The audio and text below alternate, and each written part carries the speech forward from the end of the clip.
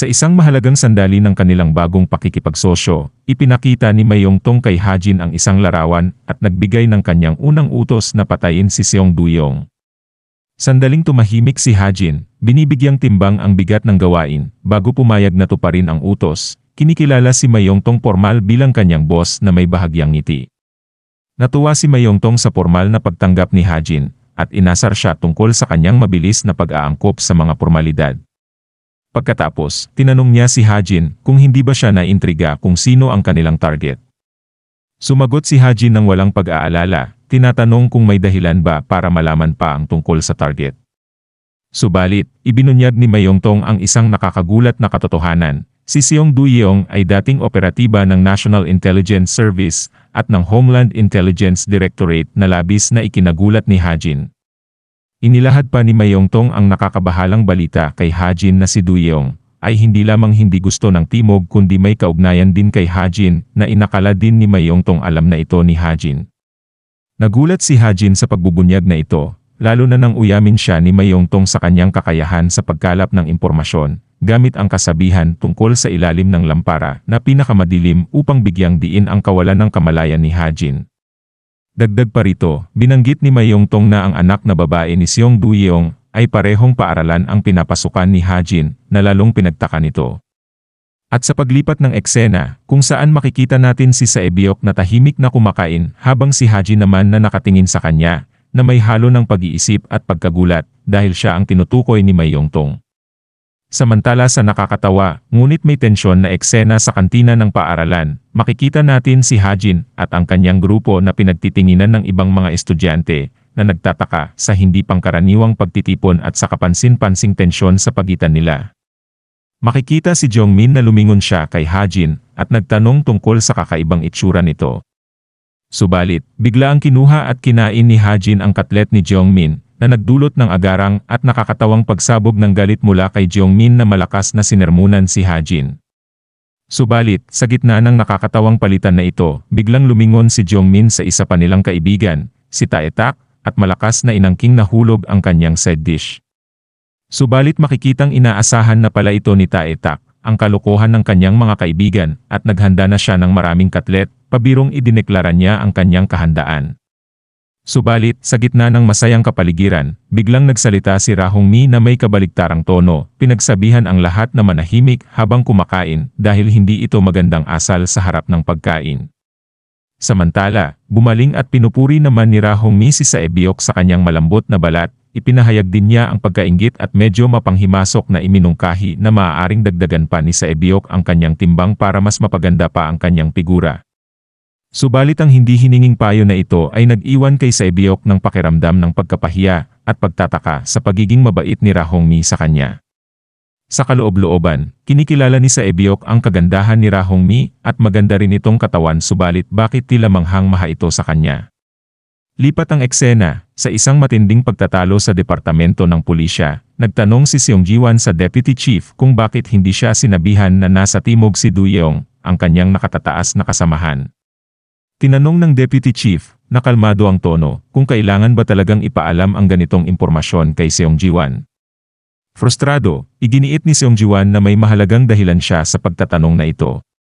Gumamit ang deputy chief ng isang pagtutulad tungkol sa golf, na nagpapahiwatig na minsan, mas mabuting tanggapin ang pagkatalo, tulad ng penalty sa golf kapag ang bola ay napunta sa tubig, kaysa pilitin ang mga bagay na maaaring magdulot ng mas malalaking komplikasyon. Ang metaporang ito ay banayad na nagpapayo kay Seong Ji-wan na pag-isipan ang mga kahihinatnan ng pagpilit sa impormasyon o mga aksyon na maaaring humantong sa mas malaking problema.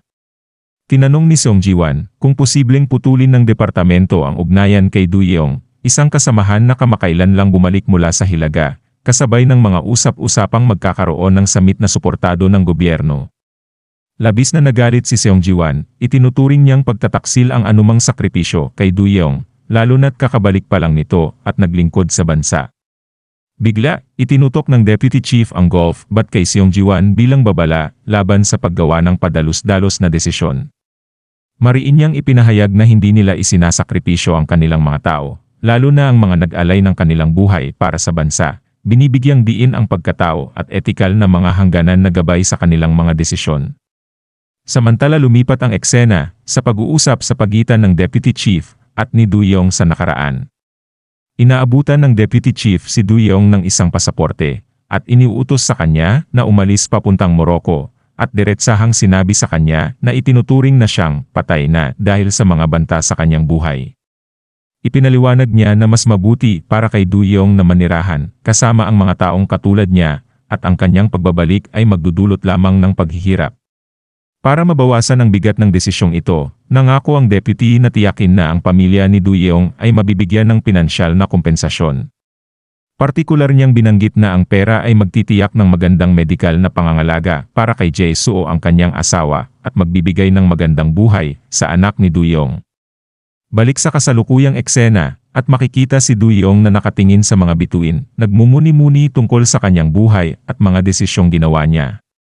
Labis siyang naapektuhan ng kahirapan ng muling pagkonekta sa kanyang pamilya matapos ang 10 taong pagkawala, kaya naiisip niyang mawala na lang muli na pakiramdam niya ay walang saysay ang kanyang pagtatangka na maging ama ulit. Ngunit habang nilulunod niya ang sarili sa mga pag-iisip na ito, bigla siyang inatake mula sa likuran na agad niyang naiwasan. Mabilis niyang kinuha ang isang piraso ng kahoy mula sa apoy at ginamit ito para paluin ang umaatake sa kanya na bumagsak sa lupa.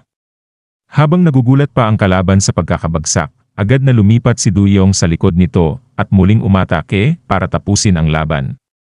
Bigla, may lumitaw na isa pang tao na nagpapahiwatig na hindi madali ang resolusyon sa sitwasyong ito. Seryoso ang mukha ni Duyong, tinanong niya kung ipinadala ba siya ng hilaga. At sa puntong ito, lumantad si Hajin kasama ang isang grupo at ngumingiti na sinabing oo, galing siya sa hilaga at ang kanilang layunin ay patayin si Duyong. Agad na tumakbo si Duyong at agad naman ito hinabol ng grupo ni Hajin papunta sa isang lugar at sa pagpasok nila, aksidenteng natapakan ng isa sa mga kasamahan ni Hajin ang isang kable na nag-trigger ng isang bitag at isang malaking kahoy na tumama sa ilang umaataking kalaban at agad bumagsak. Kasunod nito, lumipad ang mga pana mula sa ibang direksyon na maingat na pinakawalan ni Duyong gamit ang kanyang pana na tumama sa higit pang mga kalaban. At habang nakapagtago saglit ang mga ito, agad naman tinarget ni Duyong ang isang garapon sa itaas nila na sumabog at naglabas ng maraming pako na nagpabagsak sa karamihan sa grupo. Gayunpaman, ilan sa kanila ang nakalapit kay Duyong na ngayon ay wala ng pambala sa pana nito. Ngunit, sa tamang tiyempo, hinila ni Duyong ang isang lubid upang matrigger ang isa pang bitag na direktang tumama sa isa sa mga umaataking kalaban. At habang malapit na ang huling kaaway, matalinong ginamit ni Duyong ang isa pang bitag na nasa harapan niya, na agad na binitag at naghang sa umaataking kalaban. Pagkatapos, binunot naman niya ang kanyang baril at hinarap si Hajin, na lumalapit sa kanya, at tinanong kung si Hajin ba ang leader ng grupo.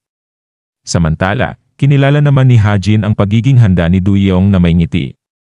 Samantala, sa bahay ni Jongmin, may magaan na sandali habang siya ay tumatanggap ng isang delivery. Nagulat si Jongmin nang matuklasan na ang nag-deliver ay si Sebyok, na nagdulot din ng pagkagulat kay Sebyok. Pagkatapos, bumalik ang eksena habang tumatakbo si Hajin palayo kay Duyong na nagpapaputok ng baril, nagawa niyang ihagis pabalik kay Duyong ang isang matulis na bagay, ngunit naiwasan ito ni Duyong. Pagkatapos, agad dumiretso si Hajin sa pagsugod kay Duyong na bumagsak sa lupa. Matapos magpagulong-gulong, nagawang itutok ni Duyong ng baril kay Hajin, ngunit mabilis siyang nadisarmahan at sinipa ni Hajin na nagpadala kay Duyong na lumipad sa kabilang side.